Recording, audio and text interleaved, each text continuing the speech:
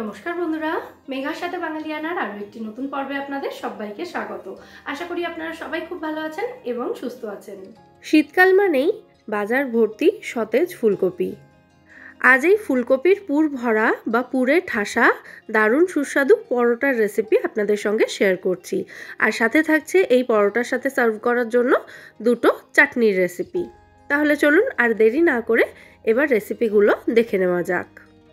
সবার প্রথমে ফুলকপিটাকে আমাদের রেডি করতে হবে। আমি একটা বড় সাইজের ফুলকপি নিয়ে ফুলকপির ফুলগুলোকে এভাবে ভেঙে নিয়েছি, তারপর ভালো করে ধুয়ে জল ঝরিয়ে নিয়েছি। এবার এরকম একটা ছোট গ্রেটারের সাহায্যে ফুলকপির এই ফুলগুলোকে এভাবে গ্রেট করে নিতে হবে। চেষ্টা করবেন যাতে বড় টুকরো না থাকে, সেটা খেয়াল রাখার। তো এইভাবে সমস্ত ফুলকপির ফুলগুলোকেই আমি গ্রেট করে রেডি করে নেব।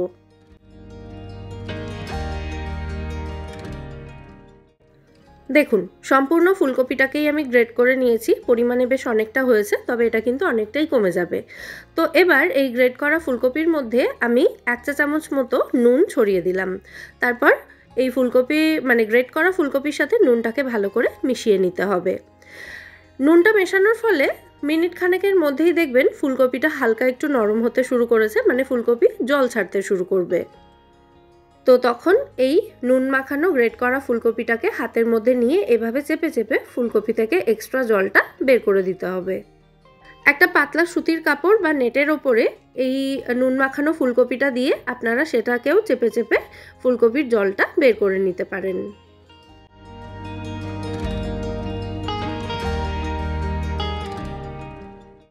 ফুলকপিটা চেপে চেপে এর মধ্যে থেকে জল বের করে দেওয়ার পর ফুলকপিটাকে একটা অন্য পাত্রে আমি রেখেছি। এরপর এর মধ্যে কিছু মশলা মেশাবো।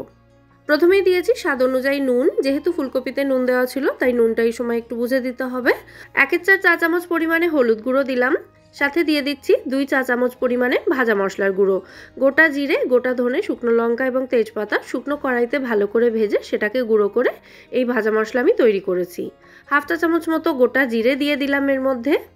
1 মুঠো মতো ধনেপাতা কুচি দিলাম। স্বাদ অনুযায়ী কাঁচা লঙ্কা কুচি দিয়ে দেব। দিয়ে দিচ্ছি 1 চা চামচ মতো পাতিলেবুর রস। পাতিলেবু না থাকলে আপনারা আমচুর পাউডার 1 চা চামচ ব্যবহার করতে পারেন। আর সবশেষে দিয়ে দিচ্ছি গ্রেট করা আদা। 1 ইঞ্চ মতো আদার টুকরো নিয়ে সেটাকে গ্রেটারের মাধ্যমে গ্রেট করে এর মধ্যে আমি দিয়ে দিচ্ছি। এরপর সমস্ত উপকরণ একসাথে খুব ভালো করে মিশিয়ে নিতে হবে।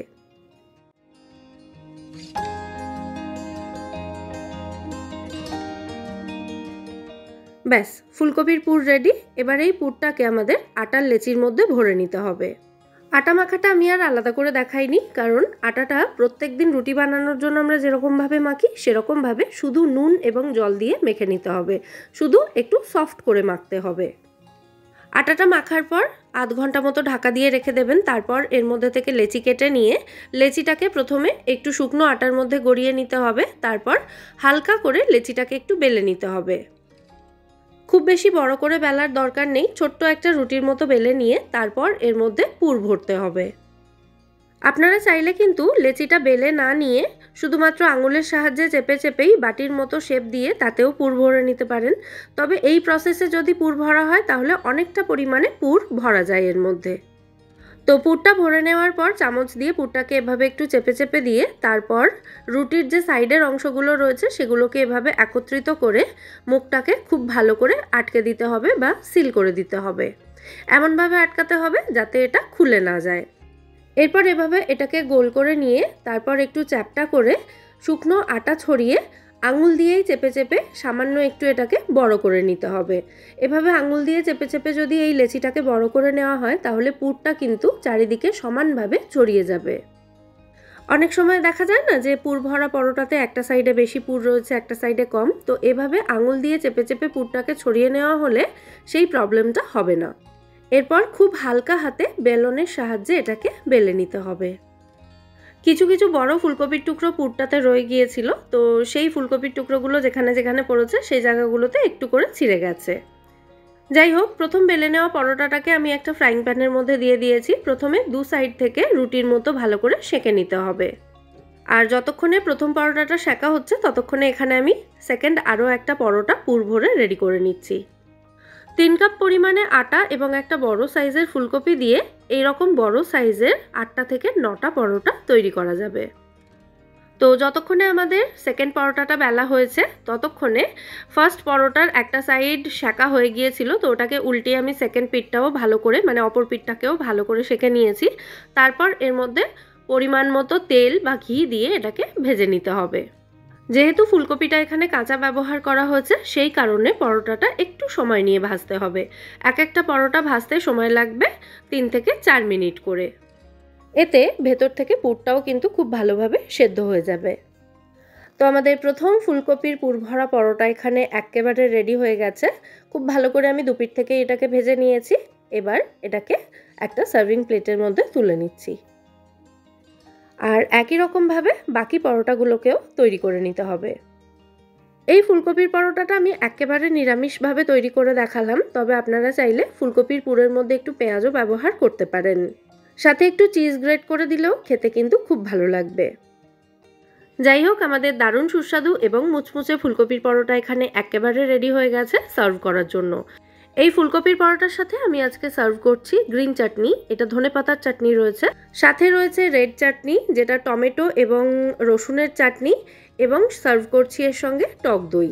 এই চাটনি দুটো মানে রেড চাটনি এবং গ্রিন চাটনি দুটোর রেসিপি আমি একটু পরে আপনাদের সঙ্গে শেয়ার করছি।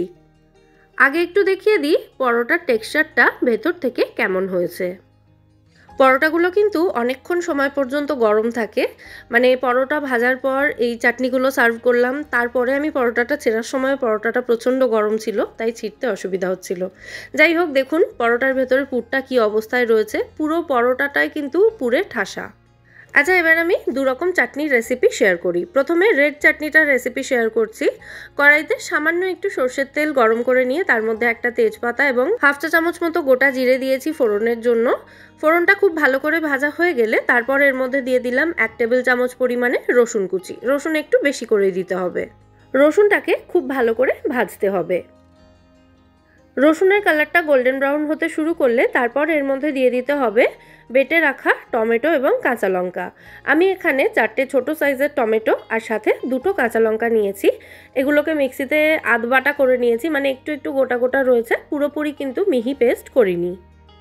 আপনারা টমেটোগুলোকে হ্যান্ড চপারে চপ করে নিতে পারেন অথবা হাত দিয়ে কিন্তু একদম মিহি করে কুচিয়েও নিতে পারেন। তো টমেটো কাঁচা লঙ্কা বাটাটা দেওয়ার পর এর মধ্যে স্বাদ অনুযায়ী নুন দিলাম, সামান্য একটু হলুদ গুঁড়ো, একটু লঙ্কা গুঁড়ো, খুব সামান্য একটু ভাজা মশলা গুঁড়ো দিয়েছি, আর সবশেষে সামান্য একটু মিষ্টি দিলাম। চাটনিটা কিন্তু বেশ চটপাটা হবে, তাই টক ঝাল মিষ্টি তিনটেই থাকতে হবে। সমস্ত উপকরণ এখানে দেওয়া হয়ে গেছে। এবার জাস্ট এটাকে খুব ভালো করে রান্না করব 3 থেকে 4 মিনিট পর্যন্ত, অথবা টমেটোর এই জলজলে ভাবটা কেটে গিয়ে একটু গাঢ় হওয়া পর্যন্ত এটাকে রান্না করতে হবে। ব্যাস, তাহলেই দারুণ চটপাটা টমেটো রসুনের চাটনি একদম রেডি হয়ে যাবে। এই চাটনিটা কিন্তু মোমোর সাথে খেতেও দুর্দান্ত লাগে। দেখুন টমেটোর জলজলে ভাবটা কেটে গিয়ে চাটনিটা যখন এরকম একটু গাঢ় হয়ে আসবে তখন এটাকে নামিয়ে নিতে হবে। নুন মিষ্টি একটু টেস্ট করে দেখে নিতে পারেন নামানোর আগে। আচ্ছা, এবার একটু ঝটপট গ্রিন চাটনির রেসিপিটা বলে দিই। মিক্সার জারের মধ্যে আমি 1 কাঠি মতো ধনেপাতা নিয়ে নিয়েছি। ধনেপাতার গোড়াগুলো ফেলে খুব ভালো করে ধুয়ে জল ঝরিয়ে নিয়েছি। স্বাদ অনুযায়ী কাঁচা লঙ্কা দিয়ে দিলাম, স্বাদ অনুযায়ী নুন দিয়ে দেব। রেগুলার নুন এবং বিট নুন দুটোই আমি ব্যবহার করেছি। সামান্য একটু মিষ্টি দিয়ে দিলাম, আর দিয়ে দেব 3 কোয়া রসুন এবং 1 টেবিল চামচ মতো পাতিলেবুর রস। জল ছাড়াই এই সমস্ত উপকরণ আমাদের একেবারে মিহি করে বেটে নিতে হবে, তাহলেই কিন্তু গ্রিন চাটনি রেডি হয়ে যাবে। তাহলে আজকের এই ফুলকপির পরোটা এবং দুরকম চটপটা চাটনির রেসিপি আপনাদের কেমন লাগলো সেটা কিন্তু কমেন্টে অবশ্যই আমায় জানাবেন। রেসিপিগুলো ভালো লেগে থাকলে ভিডিওটাকে বরাবরের মতো একটা লাইক এবং শেয়ার করে দেওয়ার অনুরোধ রইল। সাথেই এরকমই নিত্য নতুন রেসিপি পাওয়ার জন্য আমার চ্যানেল মেঘার সাথে বাঙালিয়ানাকে সাবস্ক্রাইব করে আমার পাশে থাকবেন, আমায় সাপোর্ট করবেন। আর সমস্ত নিত্য নতুন রেসিপির আপলোড নোটিফিকেশন সবার আগে পাওয়ার জন্য বেল আইকনটা ক্লিক করে অল নোটিফিকেশন অপশানটাও অতি অবশ্যই অন করে রাখবেন। তাতে আমি চ্যানেলে যখনই কোনো নতুন রেসিপি ভিডিও আপলোড করব তার নোটিফিকেশন সবার আগে আপনার কাছে পৌঁছে যাবে এবং আপনি কোনো ভিডিও মিস করবেন না। তাহলে আজকের মতো এখানেই বিদায় নিচ্ছি। আবার দেখা হবে পরের পর্বে নতুন কোনো রেসিপির সাথে। সবাই সুস্থ থাকবেন, ভালো থাকবেন এবং সবাইকে খুব ভালো রাখবেন। নমস্কার।